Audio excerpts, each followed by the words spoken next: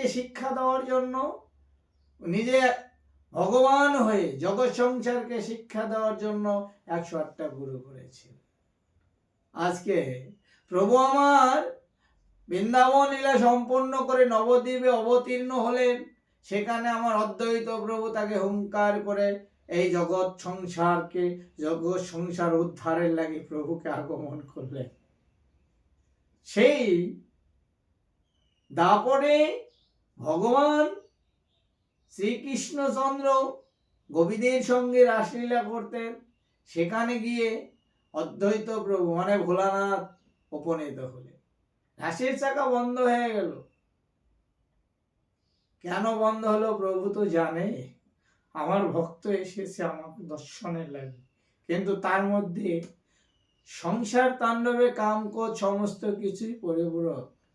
তাই রাসের অংশগ্রহণ করতে হলে প্রকৃতি হতে হবে। এখানে মহাজন কলম দিয়ে বললেন, প্রকৃতি হয়ে করো প্রকৃতির সঙ্গ, দিনে দিনে বাড়ে প্রেমের তরঙ্গ। ভোলানাথ প্রভুর সান্নিধ্যে গিয়ে সেই ক্ষমা প্রার্থী হলেন, হে প্রভু, আমারও তো ইচ্ছে থাকে প্রত্যেকদিন সতী তোমার সঙ্গে দর্শন করে, তোমার দর্শন প্রাপ্তি হয়ে কত আনন্দ উপভোগ করি। আমিও মনে মনে ভেবেছিলাম, কিন্তু আমার তো তা হলো না। ভোলানাথের আত্মনাথে ভগবান সন্তুষ্ট হয়ে ভোলানাথকে বললেন, আমি তোমাকে কথা দিলাম আগত কলির যুগে আমি অবতীর্ণ হব, তোমাকে সেই শান্তিপুরে ভাঙ্গা রাজ দর্শন করাবো। ভোলানাথ বললেন, প্রভু আমি একা একা গিয়ে শূন্য হয়ে থাকবো, তোমাকে ছাড়া তো ভালো লাগবে না। প্রভু বলল, ভোলানাথ তুমি অদ্বৈত রূপে জন্মগ্রহণ করে তুমি যেদিন আমাকে ডেকে নদীয় অবতীর্ণ করবে, আমি সেদিনই অবতীর্ণ। ভোলানাথ ও ভগবান শ্রীকৃষ্ণের চরণে প্রণাম জানিয়ে নবজন্ম নেওয়ার জন্য প্রস্তুত হলেন। কলির যুগে এসে জন্মগ্রহণ করে প্রত্যেক দিন গঙ্গা স্নান করতে যেতেন, ভোর প্রাতঃ স্নান করে ফিরতেন। কিন্তু দেখো এখানে ভক্ত ভগবানকে আনবার জন্য প্রত্যেক দিন প্রাতঃ স্নানে দুপোটা নয়নের জল যে তুলসী পত্র গঙ্গায় ভাসিতে প্রভুকে আহ্বান করত। আমরা তো এসে ভগবানেরই সৃষ্টি, আমরাও তো এই ধরাধামে এসেছি জগৎ সংসার কল্যাণের জন্য। কি করলাম?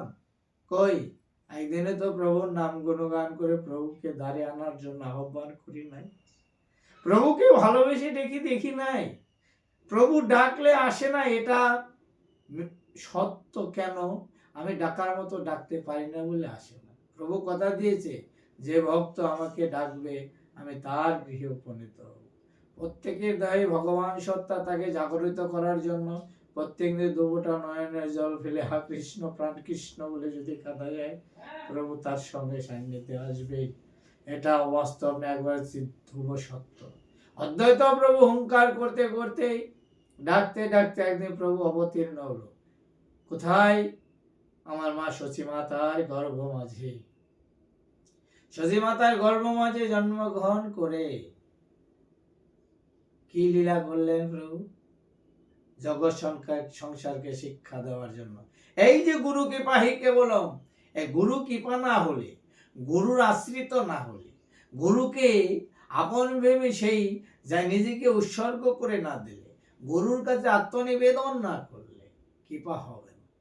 আজকে ভগবান হয়ে জন্মগ্রহণ করে নিজের মাকে দিয়ে জগৎ সংসারকে বুঝিয়ে দিল যে গুরু কৃপা না হলে, গুরু আশ্রিত না হলে তারা জলস্পর্শ করে না।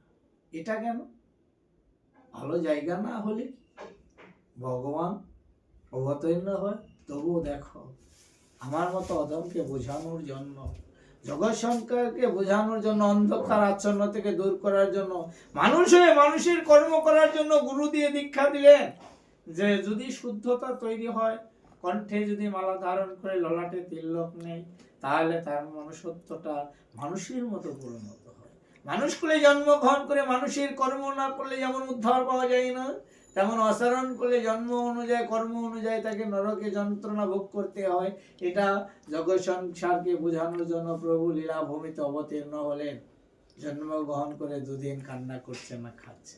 শশীমাতা অস্থির হয়ে গেলে নবদ্বীপবাসী সমস্ত ভক্তরা এসে ভগবান দর্শন করছে। অন্ধকার ঘর আলোকিত করে শুয়ে আছে।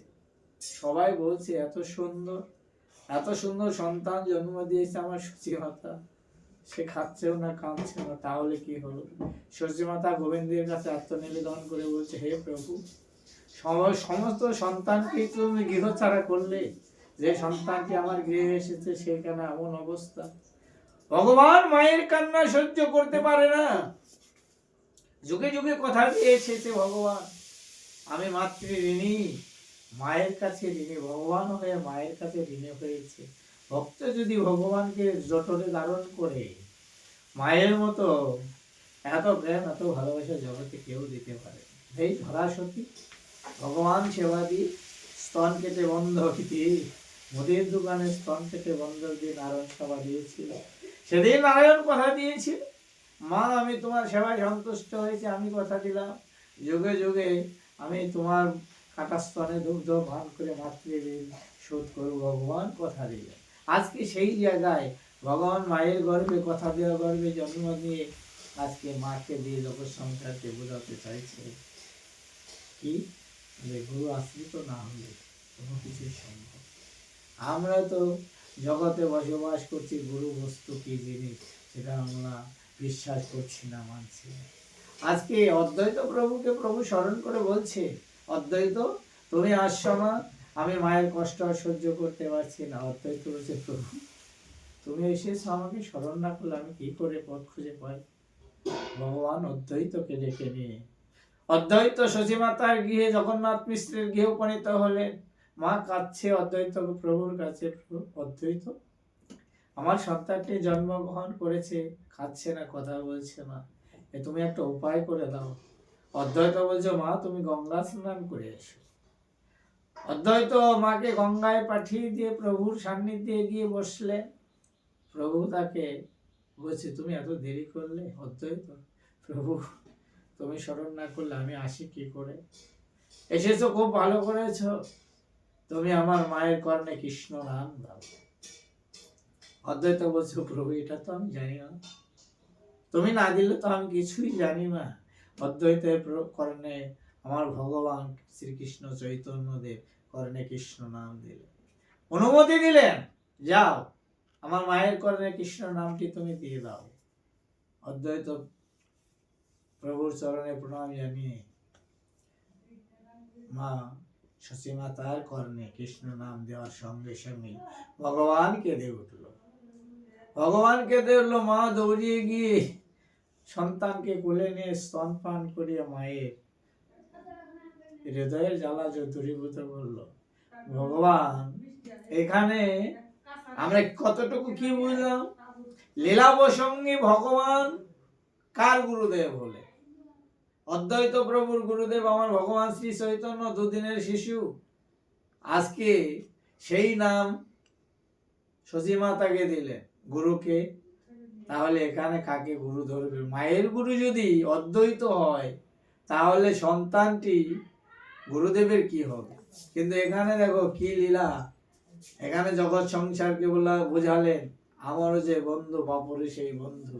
কেন শশীমাতাও বাবা বলে ডাকে নিমাইকে, অদ্বৈত প্রভু নিমাই বলে বাবা বলে ডাকে।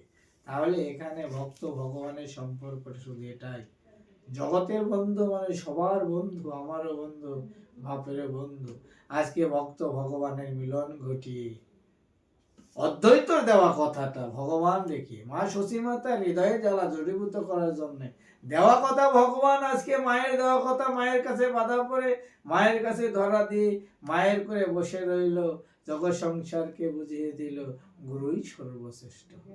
জয় রাধে।